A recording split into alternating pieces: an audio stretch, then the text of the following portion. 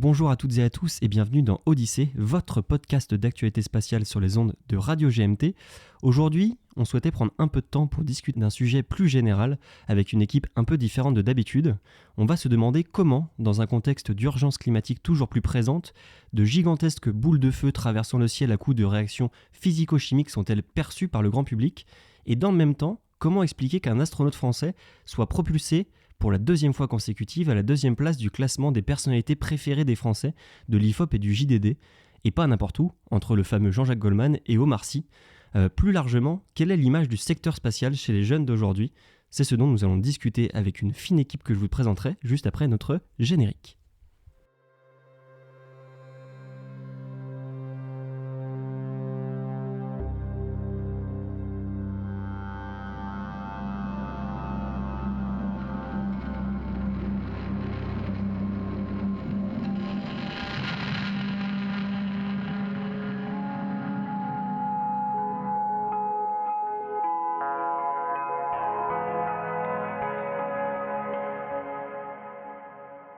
On se retrouve donc pour ce troisième épisode de la saison 3 de Odyssée, ça ne s'invente pas, avec une équipe un peu différente que je vais présenter petit à petit, un petit nouveau qui s'appelle Mickey. Bonjour Mickey.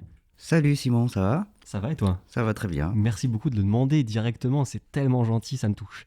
Et nous avons aussi avec nous ce soir Camille. Bonjour Camille. Bonjour. Comment tu vas ? Ça va très bien, très contente d'être là. Avec plaisir. Et enfin, bonjour François, l'habitué. Bonjour à tous et toutes et bonne année. Effectivement, c'est vrai que tu es le premier à y penser, mais on souhaite bonne année à toutes celles et ceux qui nous écouteront. Alors aujourd'hui, comme vous le savez, on parle d'un sujet un peu particulier, surtout qu'on va prendre le temps de discuter. Et je voudrais vous poser une première question pour commencer.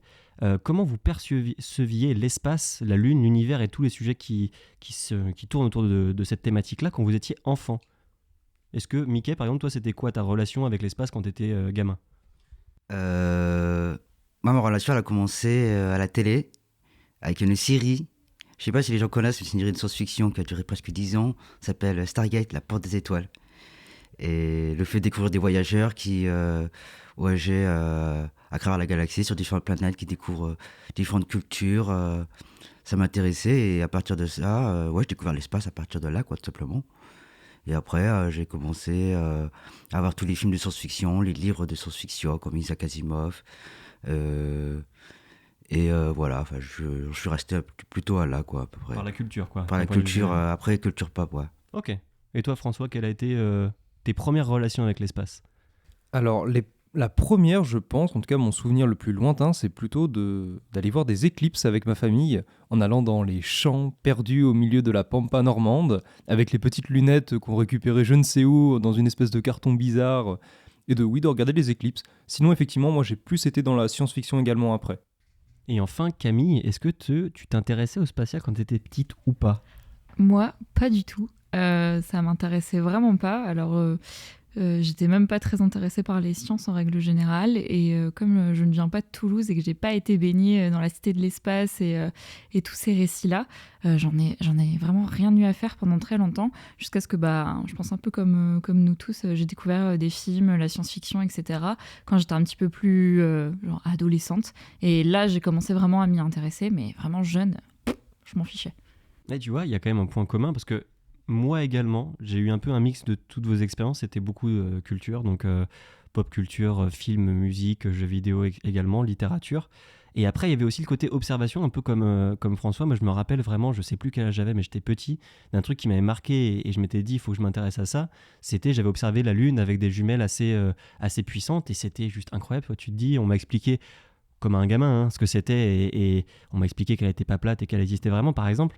Mais quand même, je me souviens que juste l'image m'avait marqué. Je m'étais dit, mais c'est quand même un truc de fou. Et du coup, j'ai un peu creusé à partir de là. Mais moi, la question que je voulais qu'on se pose aujourd'hui, c'est selon vous, quelle image a le spatial auprès des jeunes ?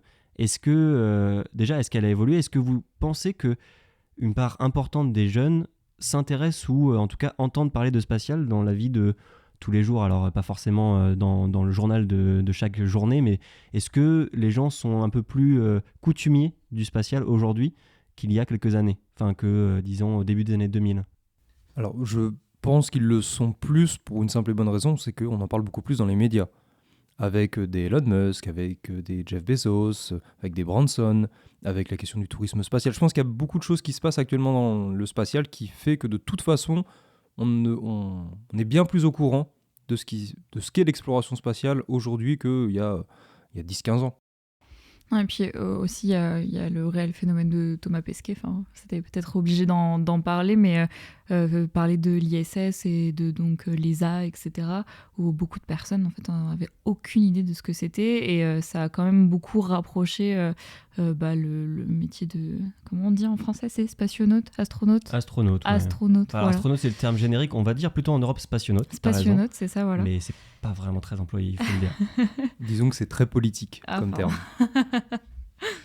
Non mais ouais, t'as raison. Et ce qui est drôle, c'est que là, vous avez évoqué deux pans très différents. Le côté privé et plutôt tourisme spatial, et le côté public, astronaute, spationaute, taïkonaute, cosmonaute, pour tous les citer, voilà, qui sont eux liés à des agences. Et c'est vrai que c'est deux vecteurs d'information très différents, et je le mettais dans mon lancement parce que je trouve ça quand même assez incroyable. Je ne pense pas que ça ait été le cas avec d'autres astronautes précédemment, mais qu'on retrouve une personnalité, donc Thomas Pesquet en l'occurrence, je voulais pas le nommer, mais tout le monde savait de qui je parlais, à la deuxième place du classement, qui vaut ce qui vaut, hein, on est bien d'accord, du JDD, mais de deuxième personnalité française préférée des Français. C'est fou quoi de voir à quel point on a un côté, entre guillemets, starification des astronautes, en l'occurrence, dans les métiers du spatial.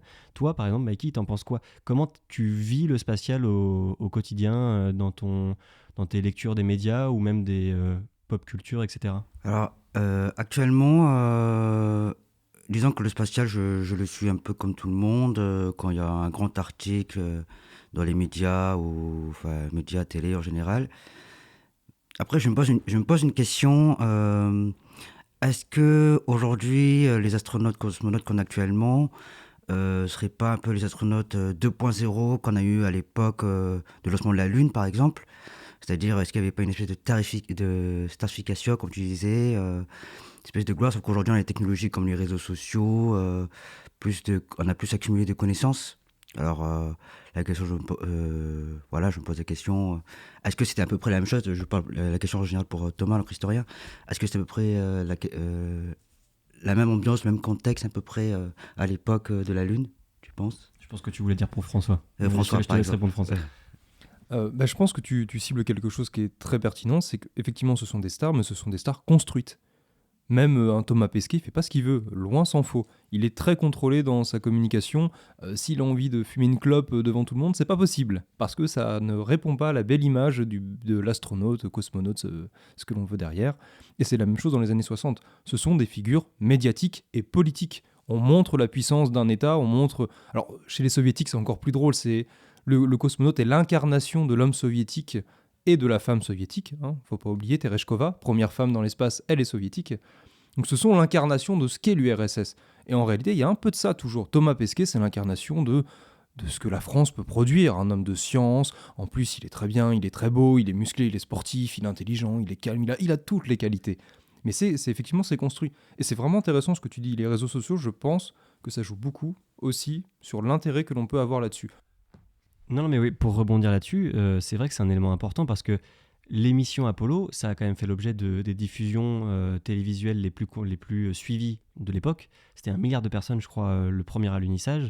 Et il faisait des directs avec des chaînes de télé américaines, bien entendu, pour répondre à des questions d'école, etc. Donc il y avait ce côté déjà quand même lien avec le grand public, mais là où les réseaux sociaux, ça a permis à Thomas Pesquet, mais bien d'autres avant lui, d'exploser. Alors lui, c'est quand même un exemple très particulier parce que c'est un astronaute français, alors certes européen, mais français aussi très bien marqué. Il est connu à l'international aujourd'hui.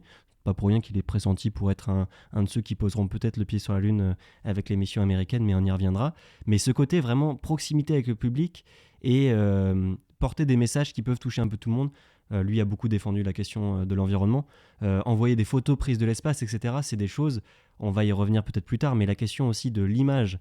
Alors l'image là au sens, le cliché, la photo de l'espace et de la Terre vue de l'espace aussi, c'est je pense quelque chose qui a beaucoup marqué les gens, là où avant, plutôt si on revient à l'époque d'Apollo, ça avait déjà été le cas, On a vu des levées de terre, par exemple, de la Lune qui ont fait bondir beaucoup de gens de leur chaise. Mais aujourd'hui, on a tellement de capacités en termes de qualité, de facilité, entre guillemets, entre gros guillemets, pour envoyer des belles images. Et je pense que ça, en plus de tous les nouveaux canaux, ça a beaucoup, beaucoup aidé à faire résonner le sujet spatial chez certains, en bien comme en mal. Enfin, il y a aussi des aspects un peu plus noirs de la médaille que tu as commencé à évoquer. Mais toi, t'en penses quoi, du coup, Camille, de ce changement entre... Enfin, est-ce que tu suis le spatial via les réseaux sociaux, par exemple, à l'heure actuelle ou pas ? Oui, beaucoup. Et c'est ça, comme tu disais, beaucoup par l'image, parce qu'on s'en fait abonder, en fait. Donc, on n'échappe pas aux images du spatial maintenant. Et voilà, pour la figure de Thomas Pesquet, je trouve qu'elle est complètement... elle est partout. Et même, ça me faisait penser à cette fameuse bataille de pixels qu'il y a eu, où il y a eu le visage de Thomas Pesquet qui a été mis là, et on se dit, mais en fait, c'est pas possible de pas suivre ce qui se passe. Et même si je veux pas voir Thomas Pesquet, je vais finir par savoir ce qu'il fait. Donc, voilà. C'est vrai que ça devient, en fait, une icône française. C'est ça. Qui fait rayonner, entre guillemets. Il y a ça aussi, comme tu le disais, François. Il est porteur de l'image française, de l'image de la culture française, de la diplomatie française. Et je pense que c'est une mission qui a toujours été liée aux astronautes dans leur histoire, mais aujourd'hui, elle a quand même un pendant un peu particulier parce qu'il y a justement la représentation publique permanente, quoi. Quand il fait des interviews, quand il publie sur Twitter ou des choses comme ça, on l'a vu à des moments prendre position, s'énerver un peu sur les trucs, mais c'est toujours jamais politique, quoi. Là, on l'a vu parce que c'est un sujet, un point que je voulais aborder avec vous, mais le spatial, moi, ce qui me plaît aussi beaucoup, c'est que c'est généralement éminemment pluriétatique, pas universel, disons, parce que malheureusement, il subsiste des clivages politiques et étatiques qui ne passent pas, mais le but, c'est de faire travailler tout le monde les uns avec les autres. Et là, il y a des discours à des moments, quand ça se tend avec la Russie, notamment en ce moment avec la guerre en Ukraine et tout ce que ça implique, notamment pour l'ISS, on ne les entend pas beaucoup, ils sont très lissés sur leurs propos, mais ça impacte forcément. Vous, comment vous percevez ce côté pluripartite, pluri-état de la gestion du spatial? Est-ce que vous le voyez comme quelque chose d'universel qui rassemble ou pas? Parce que moi, j'ai cette vision-là, mais je me trompe. Peut-être que c'est pas celle de tout le monde. Alors... Je pense que ça, c'est une vision qui a toujours existé dans l'exploration spatiale, qu'on a toujours mis en avant. Après tout, on le voit dans le droit de l'espace, l'exploration doit être faite pour le bienfait de l'humanité tout entière. Après, je pense que là, c'est peut-être je ne sais pas si c'est un biais, on va utiliser ce terme, que j'ai moi parce que je l'étudie d'un point de vue historique, et le spatial, ça a toujours été militaire.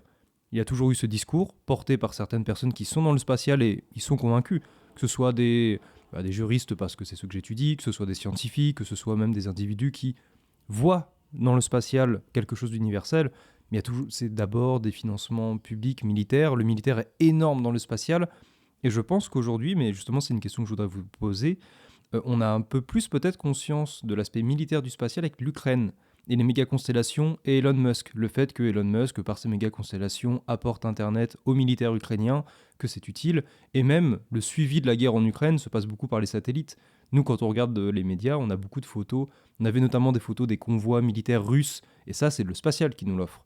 Donc j'ai l'impression que peut-être on a un peu plus conscience que c'est pas que ça, le spatial. Enfin, c'est pas que ça.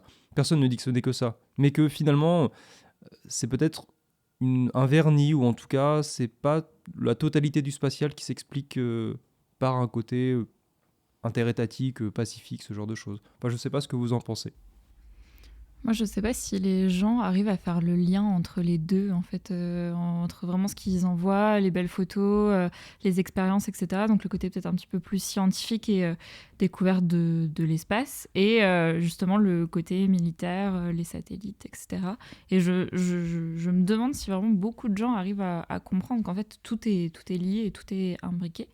Et on va dire en surface, quoi, parce que dès qu'on s'y intéresse un petit peu, on comprend, mais... Je sais pas ce que vous en pensez, mais... Toi, Mikey, est-ce que tu as la connaissance, disons, de ce lien très fort qui existe entre le secteur militaire, encore aujourd'hui et depuis toujours, on y reviendra, mais est-ce que tu as connaissance, par exemple, de missions militaires du spatial, ou vraiment c'est quelque chose que... Non, j'ai pas forcément connaissance des activités spatiales militaires, on va dire.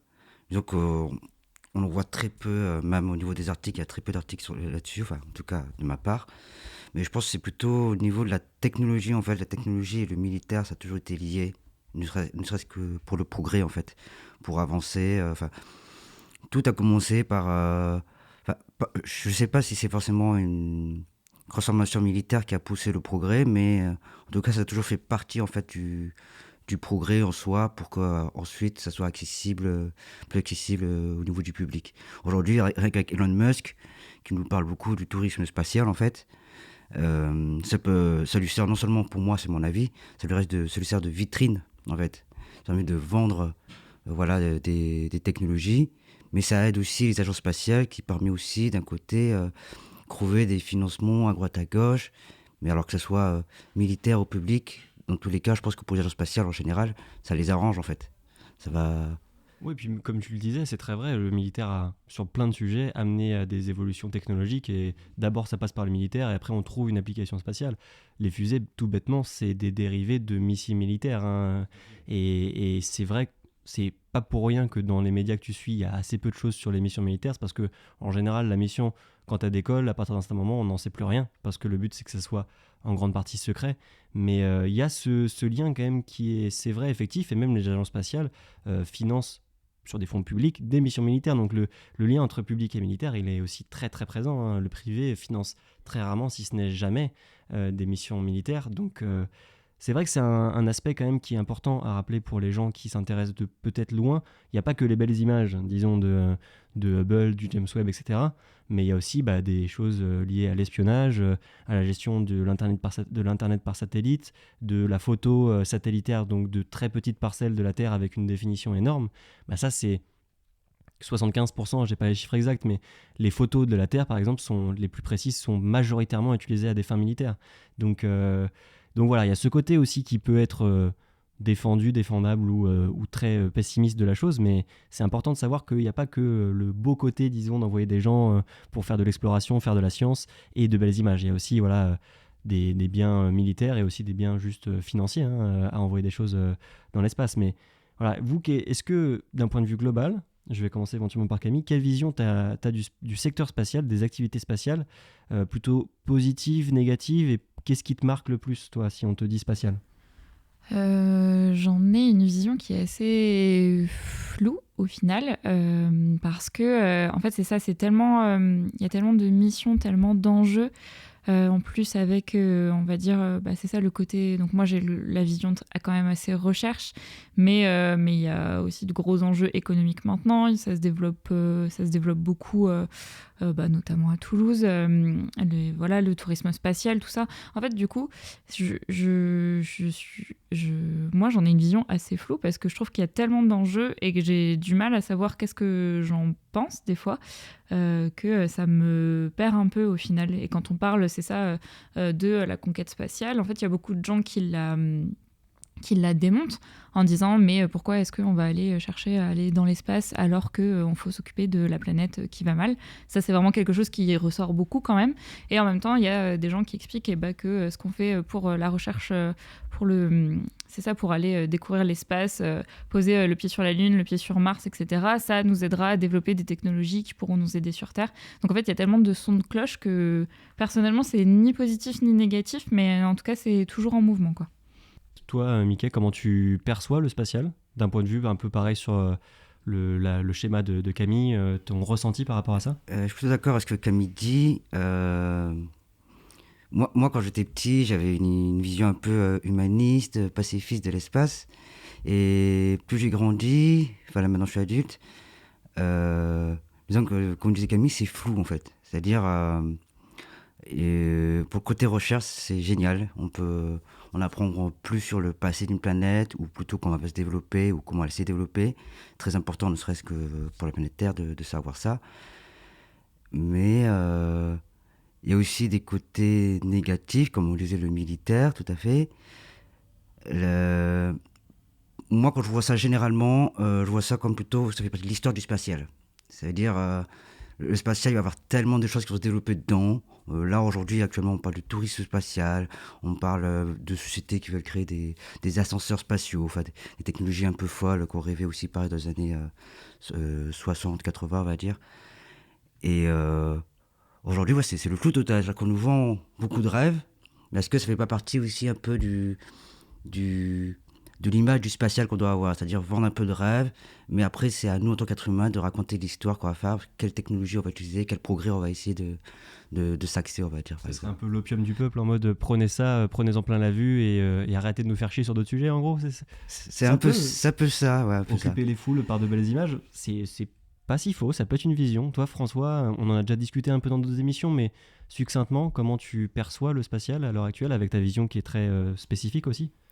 J'aurais tendance à utiliser une espèce de ritournelle qu'on a en sciences humaines et sociales, c'est de mettre un S, de dire qu'il y a des explorations spatiales et que ça peut permettre peut-être de faire le tri, de dire c'est pas un tout, c'est pas où j'aime pas, où j'aime l'exploration spatiale. Non, il y a des aspects de l'exploration spatiale qui sont incroyables. Bon, je pense que la science, c'est ce qui fédère le plus. Et il y a d'autres aspects en fait dont on peut être extrêmement critique, que je ne vais pas citer, chacun mettra ce qu'il veut derrière, mais que ça peut permettre de faire le tri, de se dire que même au sein de l'exploration spatiale, au sein du secteur spatial, tout le monde n'est pas d'accord. Lorsqu'il y a des sous à se partager, on n'est pas tous d'accord sur où est-ce qu'on doit les mettre. Lorsqu'il y a des utilisations différentes du spatial, on n'est pas tous d'accord. Un exemple, et je m'arrête là, les méga-constellations. Ça permet d'apporter Internet sur... Peut-être ça permettra d'apporter Internet à tout le monde sur la Terre. Très bien. Par contre, en attendant, ça empêche les observations astronomiques, qui font aussi partie du secteur spatial. Bon, bah on fait quoi? On va du côté des scientifiques, des savants et de la science, ou on va du côté de peut-être un développement économique, voilà, pour garder un ton le plus neutre possible. C'est un choix politique à faire. Donc là, il y aurait 2 explorations spatiales possibles. Et je pense que ça se démultiplie dans plein de domaines. Non, et puis tu as raison, c'est aussi le respect de la liberté de chacun, ce qui est très difficile à mettre en place dans le spatial. Enfin, là, c'est exactement dans ton sujet, parce que comment on légifère sur des choses comme ça, comment on dit, bah non, t'as pas le droit d'envoyer 3000, 4000, 10 000 satellites sur telle orbite, parce que ça va gêner les astronomes, ou même à terme, peut-être que ça pourra boucher, disons, l'accès à l'orbite avec des collisions, des débris, etc. Eh ben, comment tu dis non, t'as pas le droit? Parce que si c'est un Américain qui lance, est-ce que c'est pas les États-Unis? On va pas revenir. Enfin, tu pourras, si tu veux, juste nous préciser un petit truc, mais vu que c'est les États-Unis qui lancent, c'est aussi leur loi qui s'applique, mais ils doivent. Alors, ils ont signé, mais pas ratifié le traité de l'espace. Alors là, il me fait une tête. L'accord sur la Lune n'a pas été ni signé ni ratifié. Par contre, le traité de l'espace, il est signé et ratifié par les États-Unis. Mais est-ce qu'ils leur donnent le droit ou pas de lancer des méga constellations sans consulter tout le monde? Oui. Voilà, donc c'est là où c'est un peu compliqué, tu vois. Il y a ce côté, non mais sans rentrer trop dans le détail, c'est la liberté de chacun. L'espace, c'est pas parce que c'est au-dessus de la France que ça appartient à la France, par exemple, ça n'existe plus dans l'espace. Et comment tu fais pour gérer le côté science, intérêt économique, intérêt environnemental? Parce que Camille, tu l'as évoqué aussi, il y a le côté pourquoi on lance des fusées. Moi, je le disais dans mon lancement, c'est des grosses réactions chimiques qui sont pas toujours très bonnes pour l'environnement, dépendant des carburants, alors que on a d'abord d'autres trucs sur l'environnement, sur les gaz à effet de serre, sur l'atmosphère, etc., qu'il faudrait qu'on règle, quoi. Donc, il y a plein d'arguments pour ou contre là-dessus, et c'est un peu ça que je voulais évoquer avec vous, c'est est-ce que le simple côté, oui, mais le spatial, c'est un observatoire de la Terre et de son environnement, et c'est vrai que c'est un point de vue unique sur la déforestation, sur la pollution des sols, des eaux, etc., ça suffit à dire... Oui, mais il y a toute la pollution à la fois du lancement de la fusée et la pollution en amont de la production des pièces. Comment vous le percevez? Est-ce que c'est un argument qui tient debout de dire que ça a un vrai intérêt aussi pour protéger la planète? Ou est-ce que vous le voyez plutôt comme non, c'est juste on le fait parce qu'il y a de la science à faire, mais pas forcément pour le bien de la Terre à moyen long terme? Est-ce que vous percevez un peu ce lien-là ou ça vous paraît pas du tout cohérent? Je peux comprendre les personnes qui disent ouais, pourquoi envoyer des fusées si notre planète est foutue. Enfin, moi, mon point de vue là-dessus, chacun son point de vue.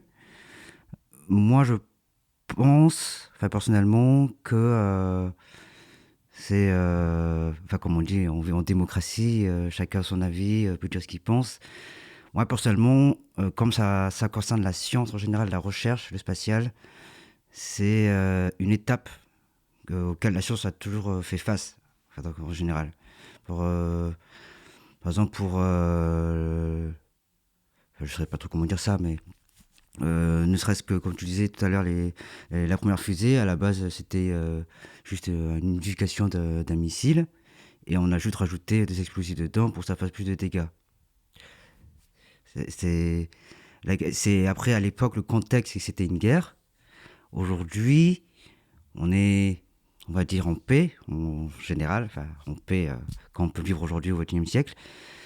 C'est comment on peut...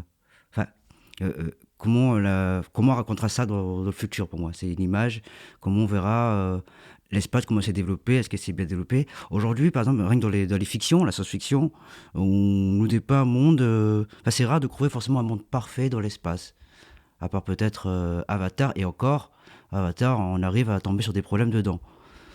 Et c'est toujours un peu les mêmes problèmes finalement. Soit on raconte le monde dystopique, soit géré par une seule personne, comme dans Total Recall par exemple, ou alors on va parler de l'environnement comme dans Avatar en fait. Je sais pas si vous voyez ce que je veux dire. Ouais, bah c'est la question. Enfin, j'ai pas vu le deuxième, j'ai pas la ref. J'ai pas encore vu le deuxième non plus. Ah, y a que Camille qui l'a Moi, vu. je l'ai vu. Mais c'est vrai que la notion d'environnement est très présente dedans, et c'est justement un peu le fond du problème dans le film, le fait de venir spolier l'environnement, etc. Alors nous, sur notre Terre, c'est pas... Enfin, on commence à l'évoquer pour ne pas éliminer les astéroïdes, etc., ou d'éventuelles autres planètes, bon, même si on en est encore loin technologiquement parlant. Mais le côté impact environnemental, ouais, vous, François, Camille, comment vous le percevez ? En fait, c'est compliqué parce que quand tu es quand tu travailles, tu fais des recherches dans l'environnement et tu vois donc l'urgence climatique, etc. C'est assez frustrant en fait de voir qu'en fait on a envie de mettre tous nos œufs dans le même panier, de mettre tous les efforts pour on va dire pour sauver la planète vulgairement. Mais en fait, c'est pas possible et ça serait mentir et ça serait se voiler la face que de dire que c'est possible. Qu'il n'y ait plus de financement pour le spatial. Et au lieu de plus vouloir financer le spatial et se dire on prend tout cet argent pour en faire autre chose, finançons bien le spatial. Finançons-le bien, faisons les bonnes recherches, faisons les recherches qui peuvent faire avancer le spatial et qui peuvent faire avancer des problématiques qui sont sur Terre et qui sont liées au réchauffement climatique. Et c'est là que ça devient intelligent. Et ça, c'est compliqué à se l'imaginer et je ne suis pas chercheuse, donc je ne peux pas avoir des points précis d'exemple. Mais c'est là qu'il faut l'accepter parce que malheureusement, on n'est pas dans un monde de bisounours et on ne récupérera pas l'argent de la NASA pour en faire autre chose. Donc voilà, c'est plutôt comme ça que je le vois, moi. Mais, vas-y, je te laisse rebondir, François. Non, c'était pour approuver à 100%, c'est que s'il y a des explorations spatiales, il y en a une qui est vitale, puisque le GIEC utilise énormément de ressources satellitaires, et en fait, on ne pourrait pas, par exemple, avoir une idée de la fonte des glaciers sans satellite. On aurait du mal à contrôler l'état de la déforestation sans les satellites.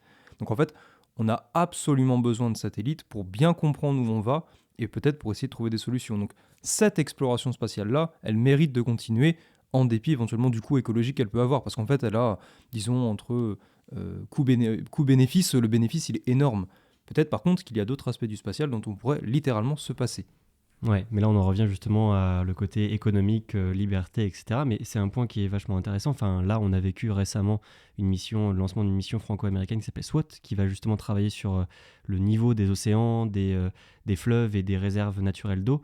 Et ça, c'est des choses, comme tu le disais, c'est strictement impossible de le faire sans le spatial. On a vu beaucoup d'images, alors ça sert à la fois aux scientifiques, mais aussi pour révéler des choses au grand public, de déforestation, qui sont vachement plus impactantes, en tout cas moi je trouve, vu de l'espace.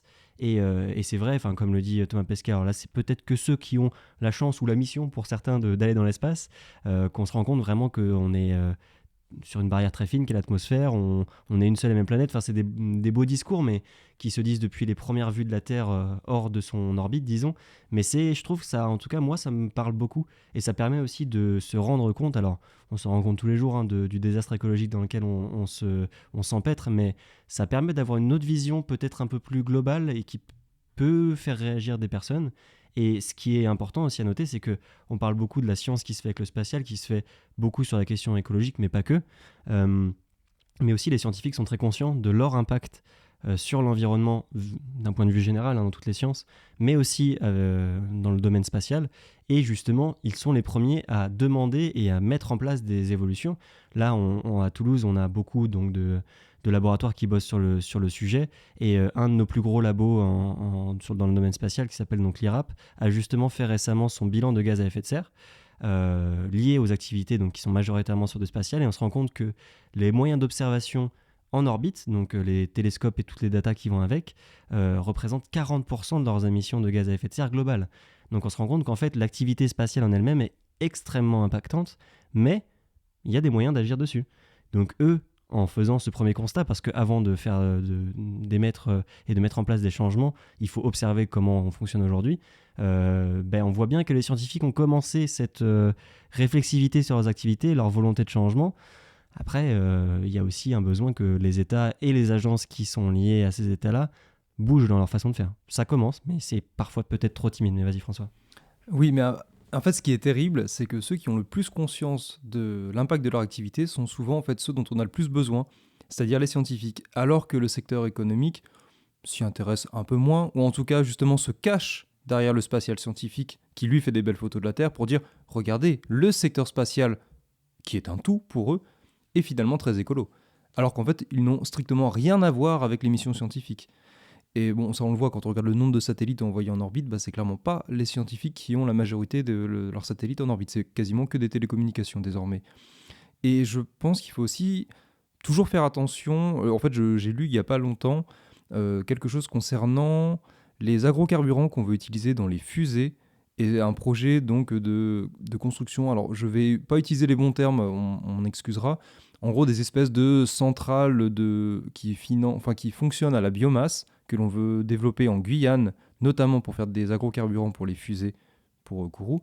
Sauf que qu'est-ce que l'on veut faire ? On se dit c'est bien, c'est de la biomasse, c'est écolo. On veut le faire carrément avec des forêts primaires. Donc de la déforestation, de forêts qui ne peuvent pas revenir comme ça toutes seules à l'état naturel.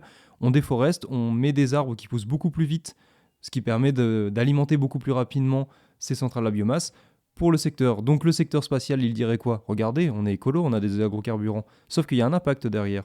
Donc en fait, c'est toujours très compliqué. C'est ce que vous disiez aussi avec le flou du secteur.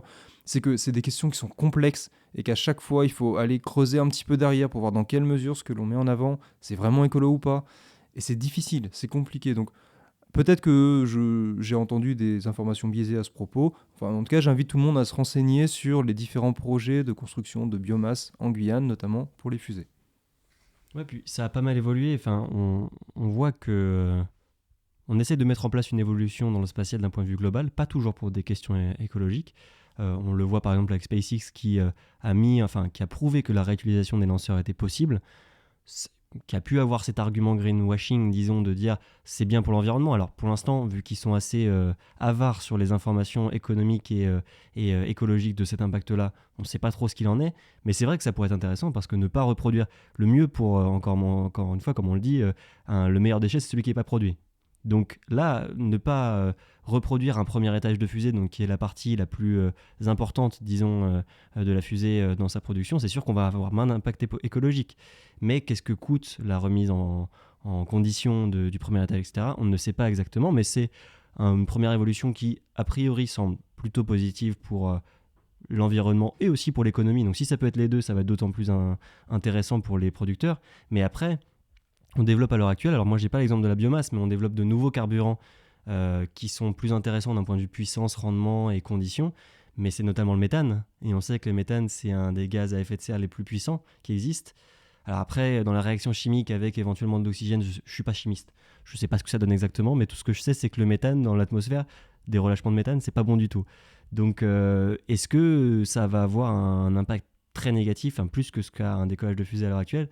Je sais pas, mais tu vois, c'est des évolutions qui sont dans l'air du temps et qui n'ont pas toutes, encore une fois, un but écologique. Parfois, c'est juste un but de rendement économique, comme on le disait encore une fois.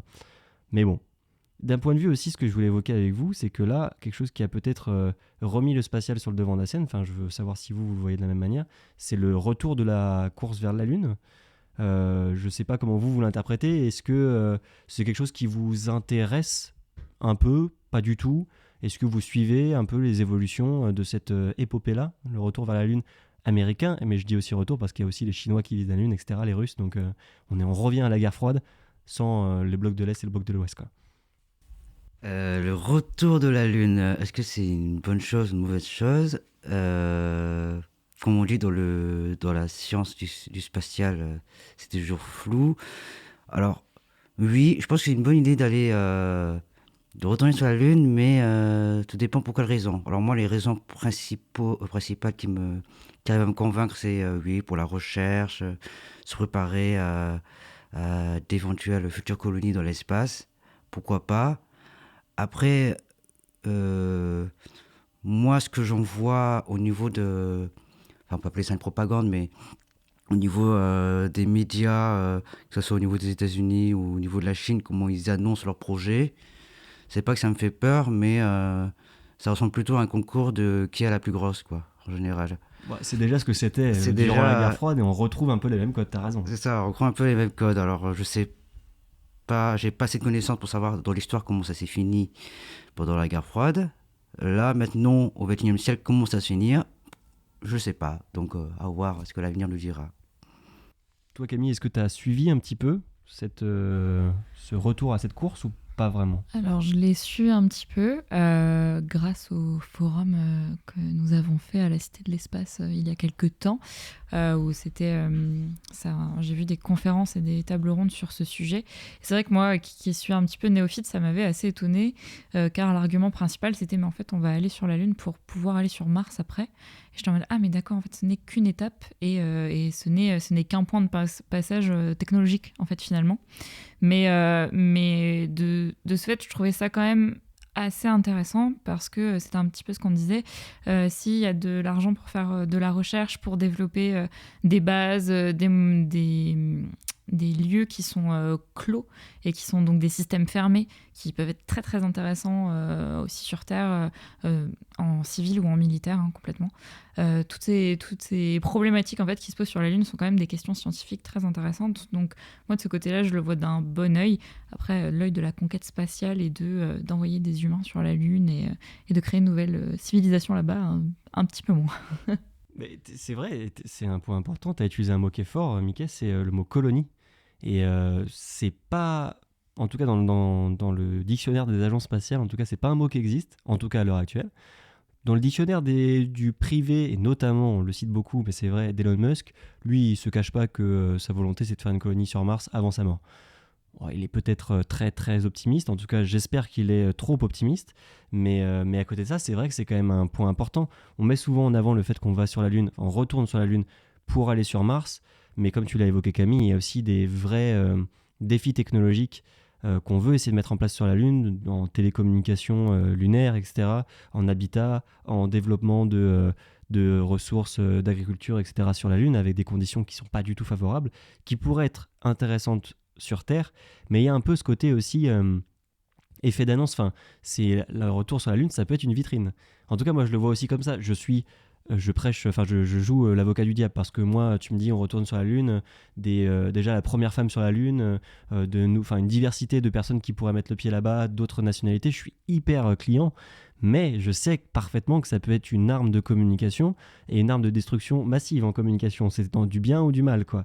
Donc ouais, toi je sais que tu auras... Enfin François, je te montre du doigt, c'est pas du tout radiophonique, mais je sais que tu pourrais avoir un regard peut-être un peu différent, un peu plus critique sur ça. Enfin je sais pas, est-ce que toi tu as une vision qui est comment, naïve entre guillemets positive ou t'attends de voir sur ce retour vers la Lune?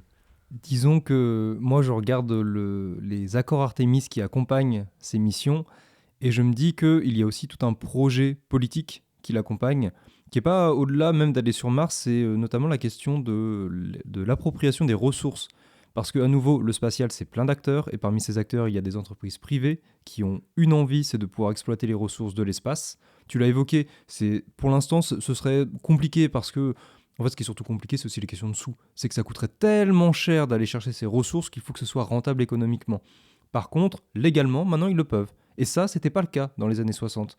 Parce que dans les années 60, le droit de l'espace disait que pas d'appropriation, pas de souveraineté dans l'espace, point.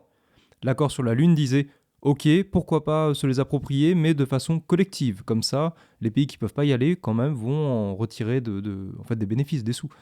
Et depuis 2015, eh bien, les États-Unis ont dit nous, on considère que nos ressortissants ont le droit d'exploiter les ressources de l'espace et de les vendre, point. Donc l'idée d'un espace comme une ressource commune à tous, c'est terminé. Et bon, ça renvoie un petit peu à ce qu'on disait tout à l'heure. Mais comment on pourrait gérer les orbites de façon à ce que tout le monde soit d'accord? Comment on pourrait gérer la Lune de façon à ce que tout le monde soit d'accord? Ce serait en donnant un statut de commun à ces ressources. Et quand je dis ça, c'est pas l'utopiste qui fait « Oh, ce serait bien qu'on soit tous en train de se donner la main ». Non, en fait, ce serait de donner un statut similaire, par exemple, aux fonds marins. Les fonds marins, dans les eaux internationales, appartiennent à l'humanité tout entière, avec une agence qui s'appelle l'Autorité internationale des fonds marins, et c'est la seule qui est habilitée à donner un droit d'exploitation et d'exploration avant pour ces fonds marins.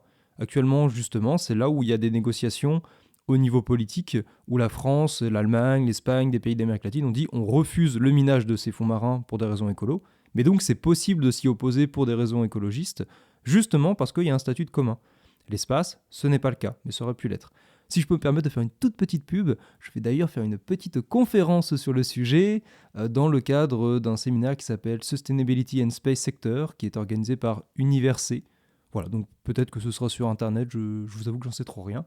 Mais si jamais c'est sur Internet et que ça vous intéresse, ces sujets de l'espace comme d'un commun, le projet qui a été mené, le projet qui a été finalement écarté pour des raisons politiques, enfin pour des raisons de lutte géopolitique, eh bien je vous invite à venir écouter mon petit blabla que je donnerai bientôt. Et je rebondis sur ta pub pour en faire une deuxième. Vous avez également récemment fait passer un questionnaire sur la réception aussi du spatial, enfin la connaissance et la conscience du spatial auprès de tout le monde. Enfin, vous aviez plutôt une frange jeune dans votre échantillon, si je ne me trompe pas. Alors vous, je vais dire que c'est pas Simon qui me vous voit d'un coup. Je ne te cite pas que toi, voilà, je cite François et une autre de tes collègues. Axel Van Eck, donc une doctorante en sociologie qui travaille sur le spatial, et on a créé un laboratoire junior Space Ages, voilà, en anglais, parce que on a cédé à cette facilité. Et on a effectivement mené une enquête sociologique sur les représentations du spatial dans la jeunesse française. Et on a récolté les différentes données. On va commencer à travailler dessus. Et on va essayer de diffuser des choses. Et on espère bien pouvoir avoir Axel avec nous bientôt pour en parler. Exactement, on l'invitera avec grand plaisir pour discuter de ces pré-résultats, parce que je me doute bien que ça va prendre un peu de temps. Pour conclure un petit peu cette émission, je vais vous poser la question à chacun et chacune. Selon vous, est-ce qu'on parle trop, pas assez ou assez bien, disons, du spatial dans les médias et dans nos conversations, nous, en tant que jeunes Français, parce qu'on reste encore jeunes, quel que soit votre âge. Est-ce qu'on en parle trop, pas assez dans les médias ou pas de la bonne manière, éventuellement ? Chacun, je laisse par exemple la parole à Mickey. Comment toi tu reçois un petit peu ça ? Est-ce que tu penses que ça prend trop de place, pas assez, ou est-ce que c'est pas assez bien traité ? Je pense... J'hésite entre pas assez et assez bien traité. Je sais pas si y a une réponse entre les deux. Mais je veux dire que je suis plutôt optimiste. Je suis assez bien traité parce qu'aujourd'hui, on a accès à l'information. Et que si on cherche bien, on peut s'intéresser. Et du coup, comme on disait tout à l'heure, le flou spatial, on peut s'intéresser aussi bien au côté spatial et militaire, au côté spatial environnement, côté recherche ou même technologie qui s'adapterait, ne serait-ce que nos sondes spatiales, par exemple. Donc voilà, c'est tout ce que j'avais à dire. Eh bien, moi, je trouve qu'on n'en parle pas assez bien. C'est-à-dire que les angles d'approche sont des angles qui, moi, me déçoivent un petit peu. Je trouve qu'on en parle trop sous l'angle technique, avec justement cette espèce de technophilie et, si je peux me permettre, de technosolutionnisme. Voilà, les technologies du spatial vont nous sauver parce que c'est la technique qui va nous sauver, bien sûr, et pas du tout des choix politiques, de restrictions, de sobriété. Non, la technique va nous sauver. Et je pense que le spatial participe de la force de ce discours. Donc je pense qu'on gagnerait à en parler un peu différemment.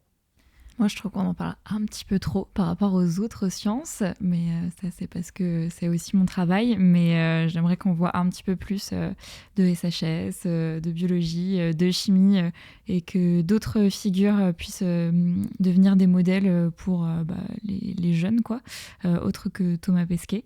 Et je trouve aussi qu'on n'en parle pas forcément bien. Et moi, j'ai une autre vision, un petit peu plus naïve, mais moi, je vois encore, on parle beaucoup de l'espace comme quelque chose qui fait rêver. C'est pas démystifié, je trouve, encore maintenant. Alors, c'est très bien parce que ça rend l'espace très attractif, les belles images, les belles photos, ça fait rêver voilà, d'être spationaute. Mais en fait, ça élude beaucoup les questions politiques, les questions techniques, etc. Et je trouve ça dommage, en fait, qu'on vulgarise pas plus sur ces sujets. Donc voilà, un peu trop et pas assez bien à mon goût. Du coup, moi, je vais rallier un peu les deux camps parce que je trouve un peu comme François, on n'en parle pas assez bien. Alors, moi, personnellement, tu vois, le côté technophilie, alors technosolutionnisme, je ne suis pas du tout de ce bord-là, je ne pense pas qu'on va régler nos problèmes avec la technologie. Par contre, je suis un grand fan de fusées. Donc moi, on me montre des beaux objets très techniques, on m'explique qu'on a passé 20 ans à résoudre un problème tout très spécifique. Moi, je suis comme un gamin. Mais ça, je sais que ça me touche que moi et c'est comme ça. Mais même s'il y a un côté écologique qui me fait mal à mon petit cœur à chaque fois que je vois un truc décoller, mais en même temps, je suis fan et ça, j'y peux rien. Mais à côté de ça, c'est vrai, comme le dit Camille, faut pas que ça prenne la place, surtout dans le domaine scientifique, de d'autres disciplines qui sont pas assez mises en valeur. Et il y a aussi des disciplines dans le domaine spatial qu'on ne met jamais en avant. L'océanographie, on en parle très peu alors que ça utilise beaucoup le spatial, etc. Il y a plein de choses comme ça. Et le côté ingénierie pour l'ingénierie, je trouve pas ça très intéressant. Et en plus, à côté de ça, c'est vrai qu'on peut avoir utilisé spatial pour mettre en exergue des questions politiques, diplomatiques vachement importantes qui se cristallisent beaucoup dans le milieu spatial et qu'on a tendance à mettre un peu sous le tapis, soit parce que ça vend pas assez de papier, soit parce que secret militaire, etc. Mais je pense que c'est important que tout le monde sache que le spatial, c'est pas que des belles images, c'est aussi des vraies concurrences, même entre pays alliés, faut le dire. On n'est pas que, c'est pas que la Russie dont on parle ici, on parle de pays européens, ça y a pas de souci, ou ex-européens pour ne pas les citer. Et voilà, je pense que c'est important que les gens se rendent compte que le spatial, c'est un environnement, un milieu comme les autres, et du coup, il y a du bien, il y a du mauvais, et voilà, faut pas qu'on montre que ce qui fait rêver, même si je trouve.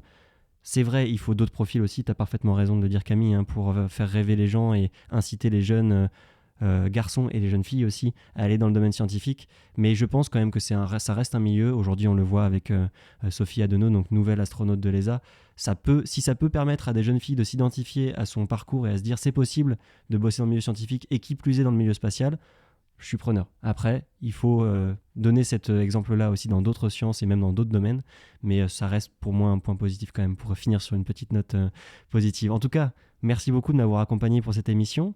Donc je vais vous remercier les uns après les autres. Merci Mickey, merci François, merci Camille. Je vous laisse un petit mot si vous le souhaitez les uns après les autres dans l'ordre que je vous ai cité, si vous voulez rajouter un petit truc et puis après on conclura l'émission comme ça.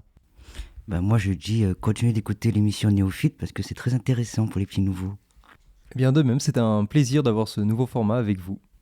C'était vraiment très très chouette et voilà, il faut parler plus de science, plus se questionner et voilà, sur le spatial et d'autres disciplines qui font rêver.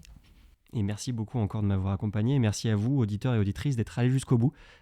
J'espère qu'on aura été assez intéressant pour vous nous suivre jusqu'ici et continuez donc à écouter des émissions sur GMT et bien d'autres podcasts et on se retrouve très bientôt pour un nouvel épisode. À bientôt.